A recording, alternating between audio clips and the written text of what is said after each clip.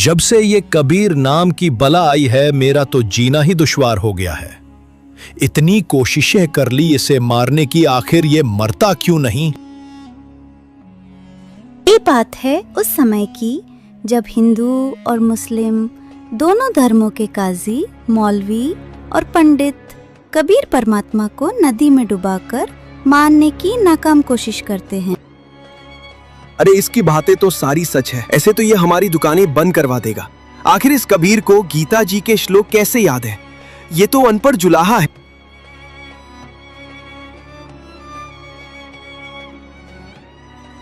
गुरुदेव, सुना है आज सम्राट सिकंदर लोधी गांव के दौरे पे आ रहे हैं। यही सही मौका है इस कबीर की शिकायत लगाने का।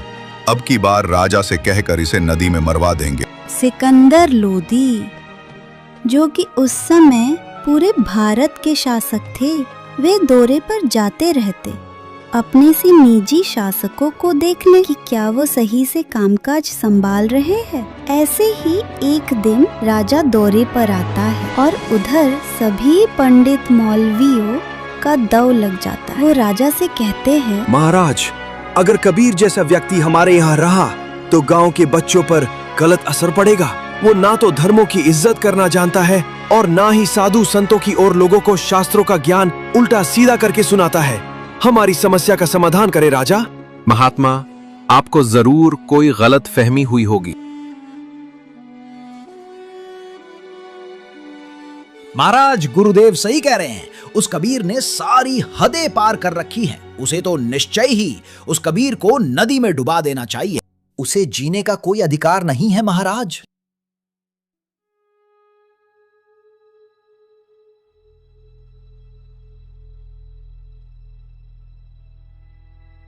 आइए सेकता कीजिए, कैसे आना हुआ? कहीं कोई चीज की कमी तो नहीं है? महाराज, आपने ये कतई सही नहीं किया। आपसे ये उम्मीद नहीं थी। आपको अपनी प्रजा की सुननी चाहिए। आप कैसे राजा हैं? वो सही ही तो कह रहे थे। उस कबीर जैसे व्यक्ति को जीने का कोई अधिकार नहीं है। उसे तो मर ही जाना चाहिए। राजा मान पढ़ाई में आ जाता है और स्वयं ही कबीर परमात्मा को बंदी बनाने निकल जाता है। राजा स्वयं अपने हाथों से कबीर साहब को हथकड़ी लगाता है, सिर्फ जनता में नंबर बनाने के लिए कि कहीं जनता मेरी विरोधी ना हो जाए। कहीं जनता सोचे कि महाराज तो कबीर को सजा नहीं दे सकता, ये तो उसका चेला है। राजा स्वयं अपने हाथों से कबीर साहब को बंधक बनाता है, जो कि एक सिपाही का काम था, सिर्फ जनता में नंबर बनाने के लिए। राजा सैनिकों से कहता है कि ले जाओ, इन्हें नदी में डालाओ। हा, चलो सैनिकों, बहुत हो गया इस कबीर का, चलो इसे लेके। राजा मान बढ़ाई के चलते ये तब भूल गया कि जब उसे भयानक जलन का रोग हुआ था तो कोई वैद्य, मौलवी, पंडित कोई राजा को ठीक नहीं कर पाया था।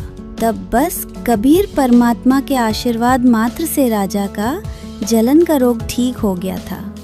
तभी तो कहते हैं, कबीर राज तजना सहज है, सहज त्रिया का ने, मान बढ़ाई ईर्ष्या दुर्लभ तजना ये। जैसे ही राजा सिकंदर लोधी बोलता है कि ले जाओ और इन्हें नदी में फेंकाओ, सिकंदर खुश हो जाता है और सारी कमान अपने हाथों में संभाल लेता है, क्योंकि उसकी तो मन की हो गई थी।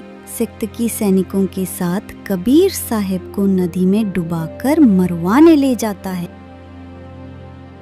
इस कबीर को पत्थर बांध दो और इसे नाव में ले जाकर नाव से फेंक देना। पत्थरों के वजन से ये डूब जाएगा। समझे मेरी बात सैनिकों? आप कतई चिंता ना करें पीर जी, मैं अभी जाता हूँ और इस कबीर को अभी पत्थरों से बांध के नौका से फेंक दूंगा। सैनिक कबीर परमात्मा को पत्थरों से बांध देते हैं और उन्हें नौका से नदी के बीच में छोड़ आते हैं। कबीर साहब को वहां छोड़ने के बाद सैनिक वहां से चले आते हैं। सेक्तकी राजा से कहता है, क्यों महाराज, पता चल गया ना, ये कोई अल्लाह वल्लाह नहीं है, बस एक जादूगर है। अब देखना कैसे इससे बंधे हुए पत्थर इसे नीचे खींचते हैं। जैसे ही पत्थरों का वजन पड़ेगा, ये कबीर को ले डूबेंगे। कबीर परमात्मा से बंधे हुए पत्थर अपने आप खुल जाते हैं और जहाँ राजा नदी किनारे खड़ा था, वो ही एक पत्थर का बड़ा टुकड़ा सीधा चलते हुए आता है और किनारे पे धड़ाम से टकराता है। राजा दूर जाके गिरता है मान बढ़ाई में। राजा इतना अंधा हो चुका था कि ये भी सोच नहीं सका कि एक पत्थर ऐसे कैसे आ सकता है। यहाँ खड़े खड़े मेरा मुंह क्या देख रहे हो?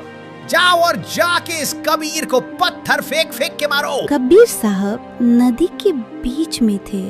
सभी लोग जब भी कबीर परमात्मा पर पत्थर फेंकते, वो तो बस कुछ फेंक जाता और नदी में गबाक हो जाता। अरे तीर चलाओ, गोलियां चलाओ, पत्थर वहां तक नहीं पहुंच रहे हैं। सभी लोगों ने देखा कि पत्थर तो वो तक पहुंच ही नहीं रहे हैं, तो सभी बंदूक तीर कमान ले आते हैं। कबीर परमात्मा जल पर ऐसे बैठे हैं जैसे जमीन पर बैठे हों। वो कबीर साहेब पे खूब बंदूक की गोलियां व तीर चलाते हैं, लेकिन सभी तीर और गोलियां कबीर परमात्मा के निकट से निकल जाती। उन्होंने देखा कि तीर और गोलियां तो कबीर साहेब को छू तक नहीं पा रही। तभी सेक्तकी सैनिकों से कहता है, सैनिकों जाओ जाकर तोफ लेकर आओ, मैं भी तो देखूं इस जुलाहे की जादूगरी कब तक मेरे सामने टिकती है।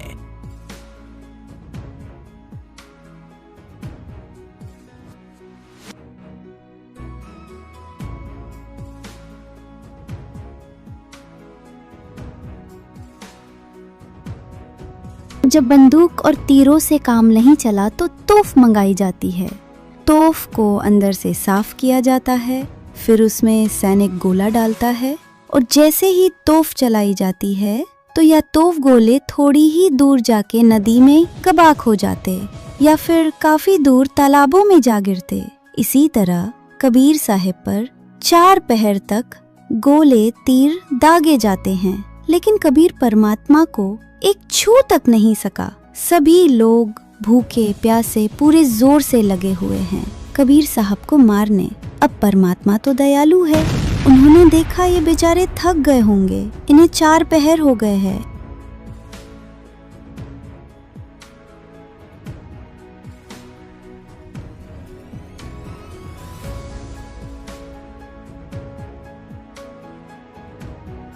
चार पहर तक लगातार कबीर परमात्मा पर गोले दागे जा रहे। जहां भी गोले जाके गिरते, वहां के तालाब सूख गए, खड्डे हो गए जमीनों पे। कबीर परमात्मा ने सोचा कि मैं ही जल के नीचे चला जाता हूँ, जिससे इन्हें लगे कि मैं डूब गया हूँ। ये वापस घर तो भी चले जाएंगे, कुछ खा पी लेंगे।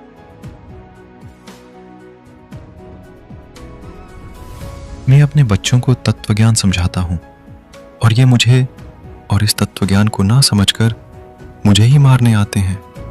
है तो मेरे ही बच्चे काल के रंग में रंगे हुए हैं। मान बढ़ाई के चलते कुछ नहीं सूझता इन्हें। सुबह से भूखे लगे हुए हैं, मुझे मारने ना कुछ खाया है और ना ही थोड़ा बहुत आराम किया है। एक काम करता हूँ, मैं ही जल के नीचे चला जाता हूँ, जिससे इन्हें लगे कि मैं डूब गया हूँ। घर तो भी चले जाएंगे, जाकर आराम कर लेंगे।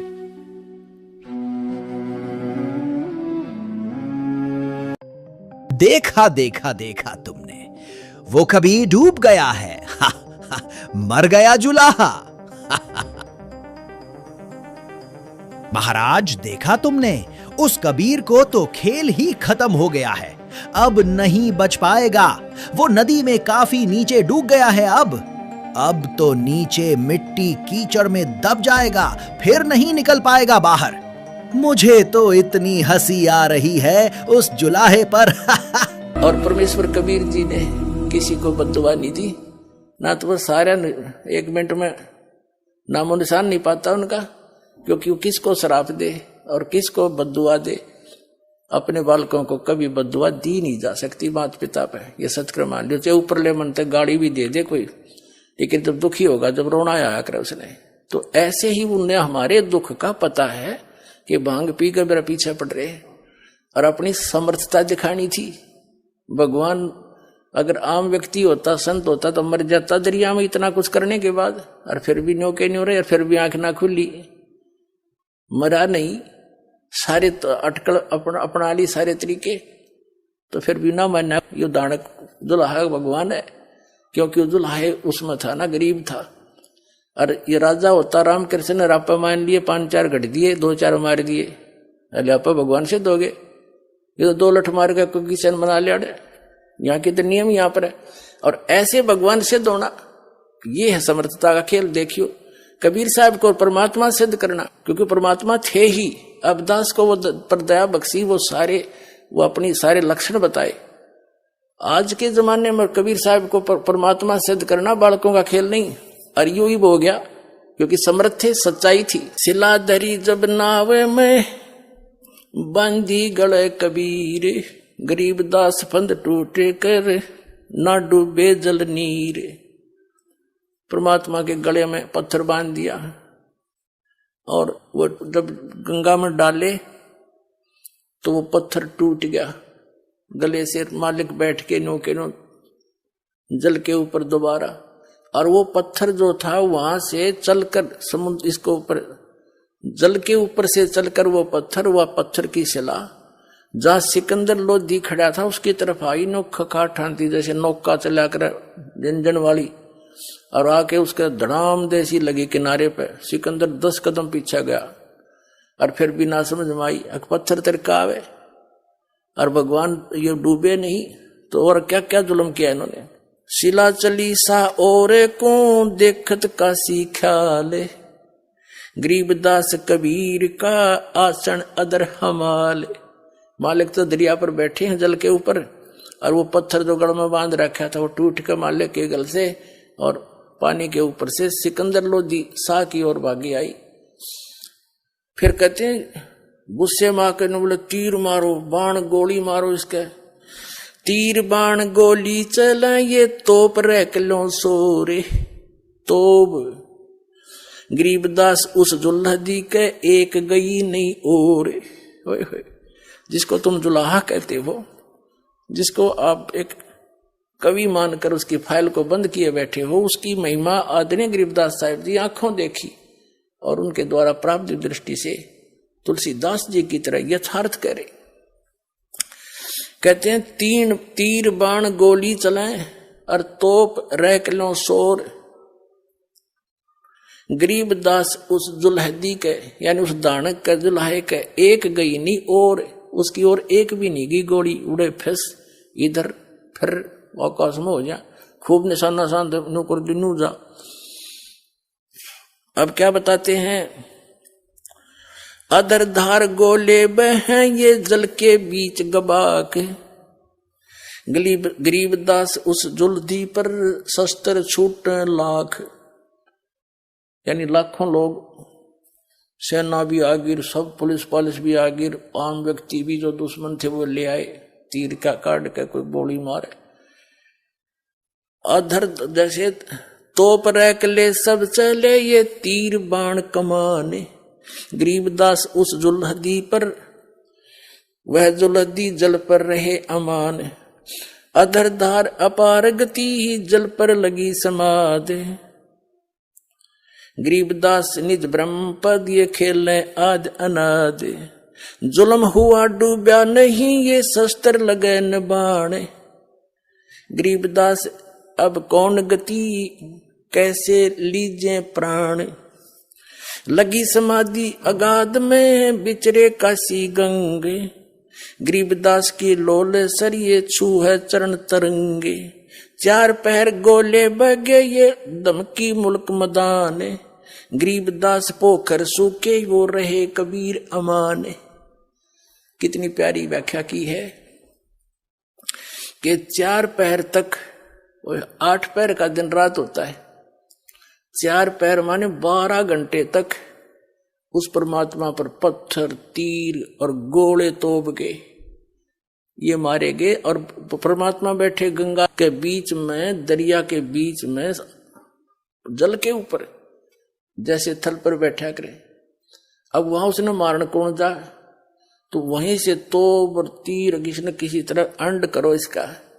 तो क्या क्या बताते हैं गरीबदास साहब जी के तीर बाण गोली चले तोप रे किलो सोरे, दुम दुम हो रही, दुम चारों तरफ से बंदूकों की, तोपों की। गरीबदास उस जुल्हदी के एक गई नी और, उन परमात्मा उस यानी जिसको तुम एक दानक कह के बोल रहे हो, जुल्हा कह के, उसकी तरफ एक भी गोली, तीर और तोप का गोला नहीं गया। कितनी सिंपल लैंग्वेज में कहा है। जैसे हम बालक थे छोटे छोटे, हम कहावत हमारे हरियाणा के अंदर, हम पत्थर जैसे कोई डला मारते थे ना पानी में, तो उसकी आवाज होती थी गभाक। तेनों क्या करते ले जल में पड़ा गभाक देसी बोला। तो यहां उसी लैंग्वेज का प्रयोग कर रहे हैं। क्या बताते हैं, अधरधार गोले बहे, यानी अधरधार वन ऊपर के गोले तोप के या तो दूर जा पड़े पोखरों में, तालाबों में, वह सूख गए सारे। और या वहीं पर उनके आसपास ही, तोपों के आसपास 10, 20, 50, 100 फुट पे जाके, और जल एकदम ऐसे गिर जा, गबक जैसे बोलता है ना, गिरते हुए गोला गबहाक डले बोलते हैं। तो क्या बताते हैं, सिंपल लैंग्वेज में गरीबदास जी बता रहे हैं, अधरधार गोले बहे कुछ जल के बीच गबहाक, यानी उड़े पड़ जा गबक दे ही, आगे नीचा परमात्मा।